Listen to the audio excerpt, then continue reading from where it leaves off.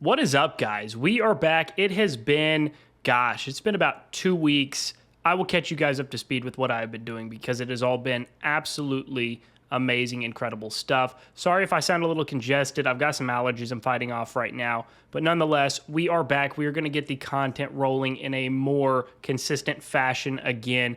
Apologies, like I said, for being kind of MIA here the last couple weeks, but we recently had the 10.0 update, and there was a lot of controversy surrounding a couple of key points within the 10.0 update. I know some other content creators have made some videos covering this exact stuff. I've intentionally let it go for about a week, 2 weeks here since the update. I've just laid low. I've wanted to see how the community reacted before I made any video covering it, but now we're going to be discussing it. So without further ado, let's go ahead and jump right into the video.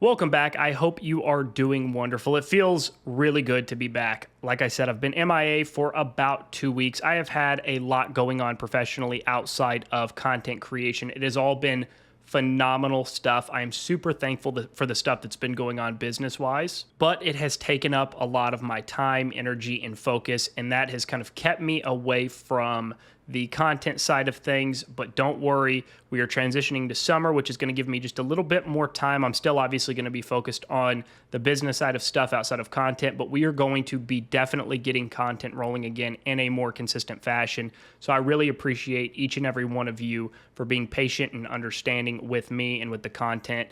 And I hope you guys are ready for a good summer. We've got summer on the horizon here over the next 2.5, 3 months.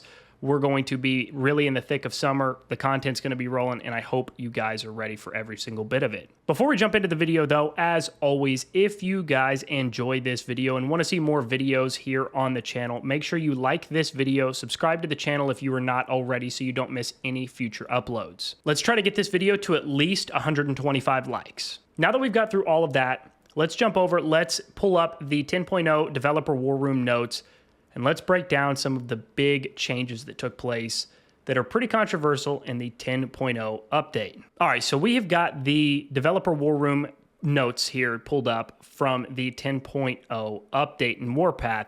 If you guys are interested in checking this out, I'm sure you can find a link somewhere if you have not already been in and seen all of the changes, but we are going to focus on just a key few changes. So the first thing here that I want to do is I want to highlight the changes that we are going to discuss, and they're all going to be under the other optimizations here. The first one I want to talk about is number 2. You will no longer receive Alliance gifts from purchasing certain gifts in the store.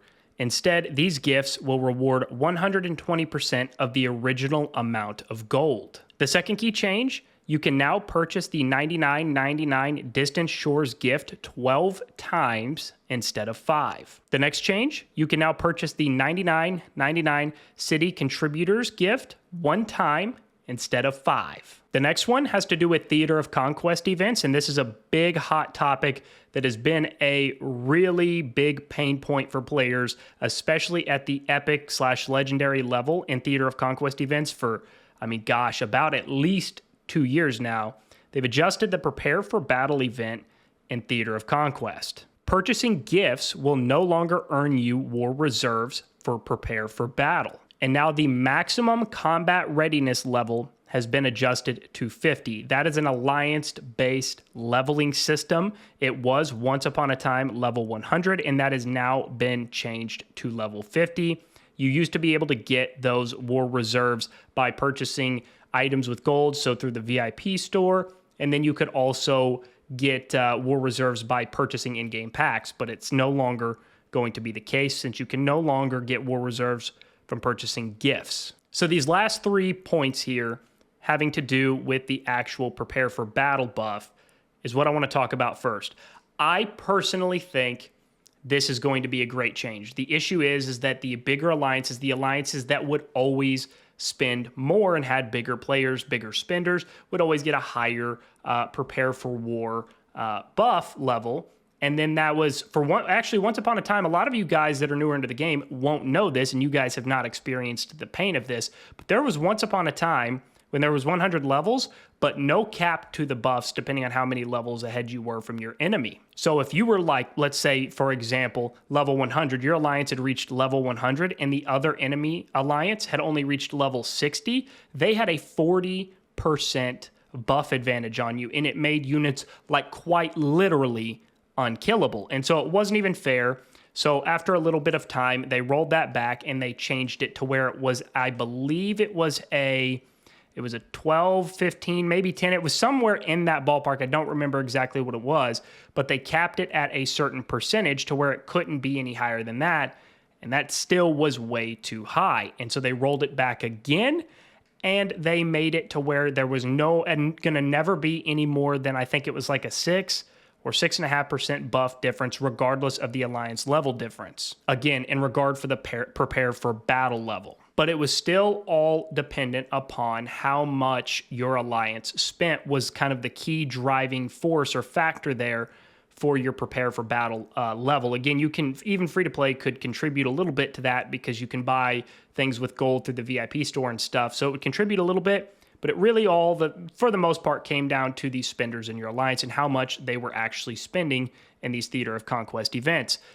So this change, in my, again, personal opinion, is going to be very welcomed because it is going to totally handicap these like mega alliances from just being able to outspend everybody for this huge buff, buff gap, essentially.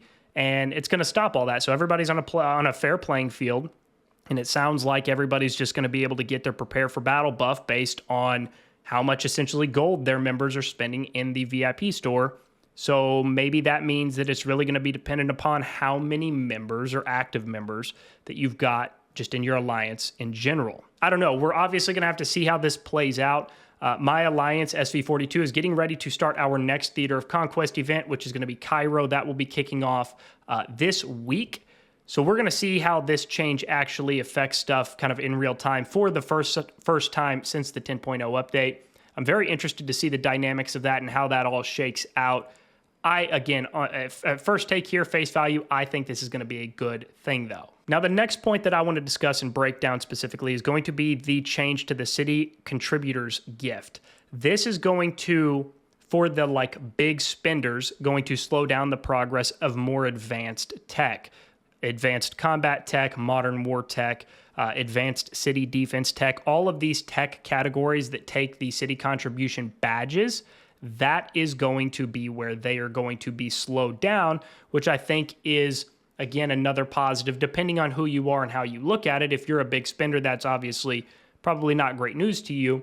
If you're either a free-to-play low or medium spender, this is probably going to be a pretty welcomed change for all of that bigger demographic of players because it's going to keep the gap between the big spenders and the free-to-play small and medium spenders a little bit closer. This Distant Shores gift change and being able to buy it 12 times instead of 5, I don't really see that being that impactful. Most players have plenty of time now to build up their migration tickets, which is what you get with the Distant Shores pack.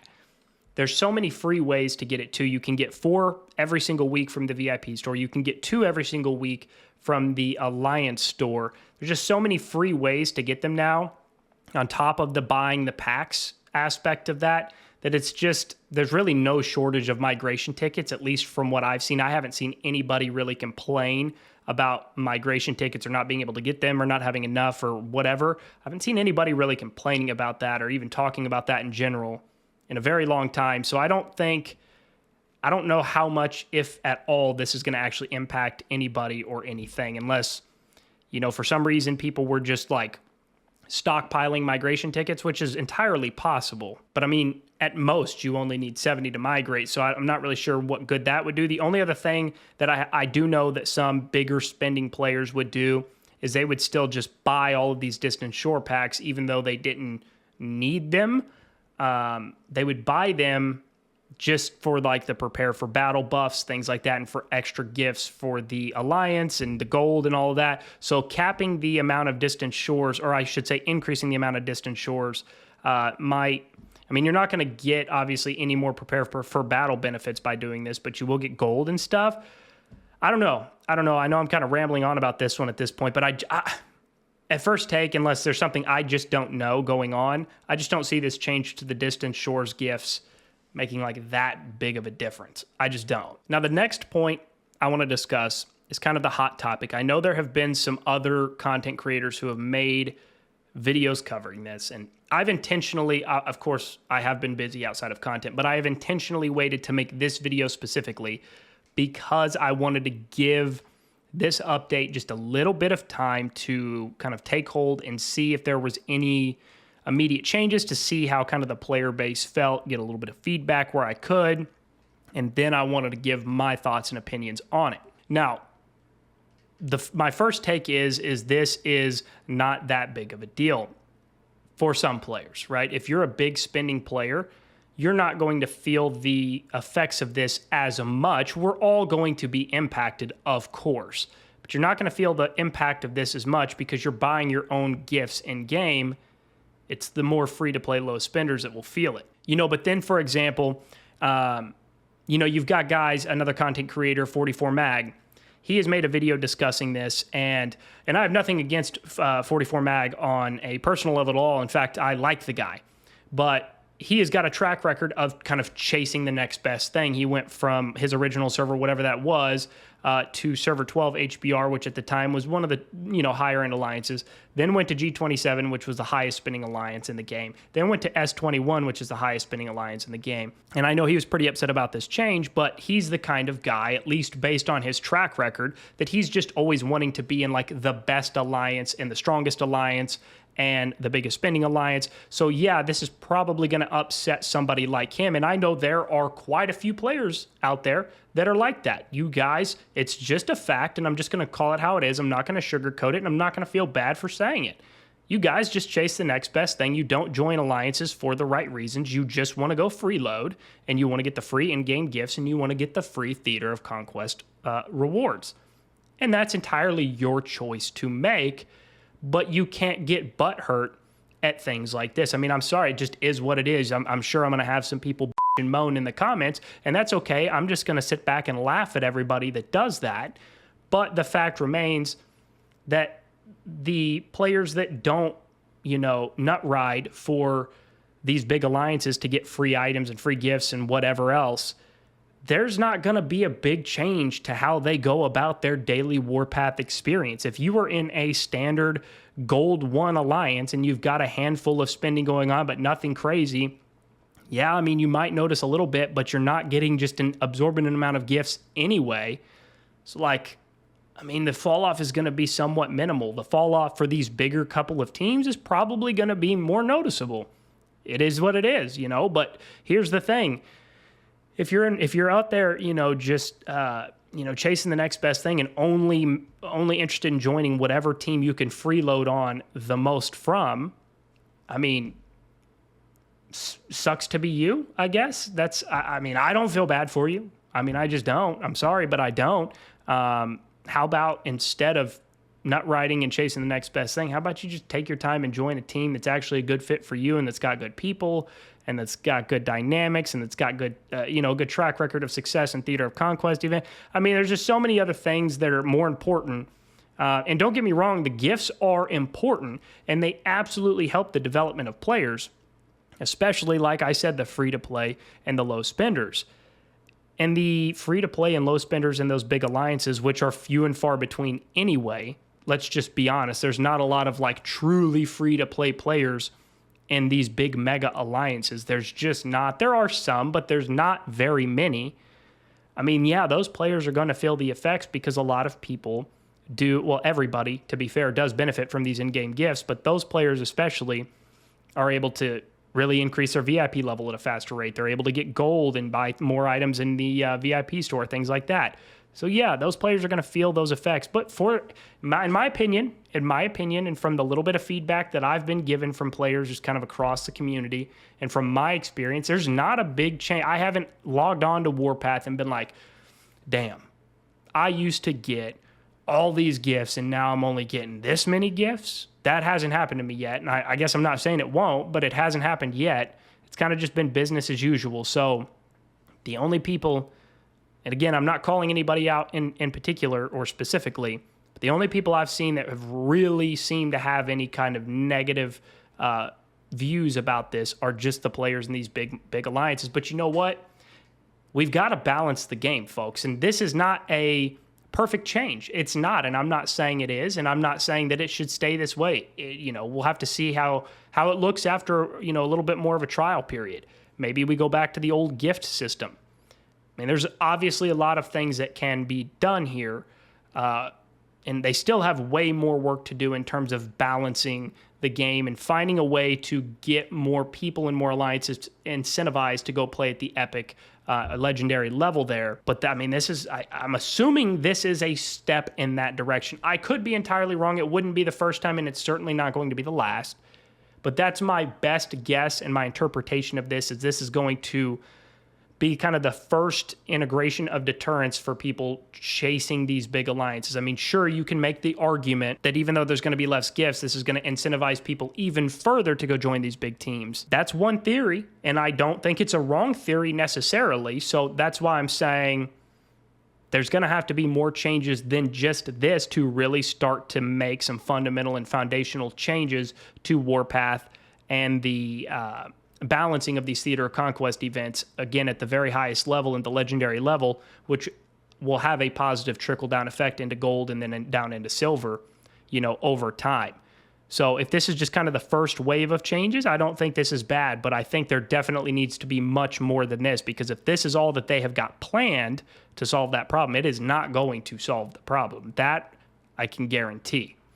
There's been whispers of them reducing alliance member sizes, things like that. We'll see what they've got planned. I'm assuming and hoping that they've got more planned.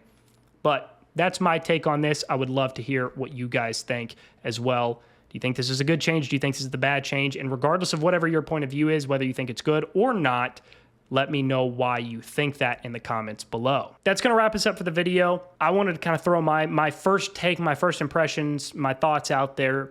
I want you guys to chew on it. And I want you to give me your thoughts and opinions, like I said, in the comments. But make sure you tell me why, because I want to see as many different perspectives as I can from all of you.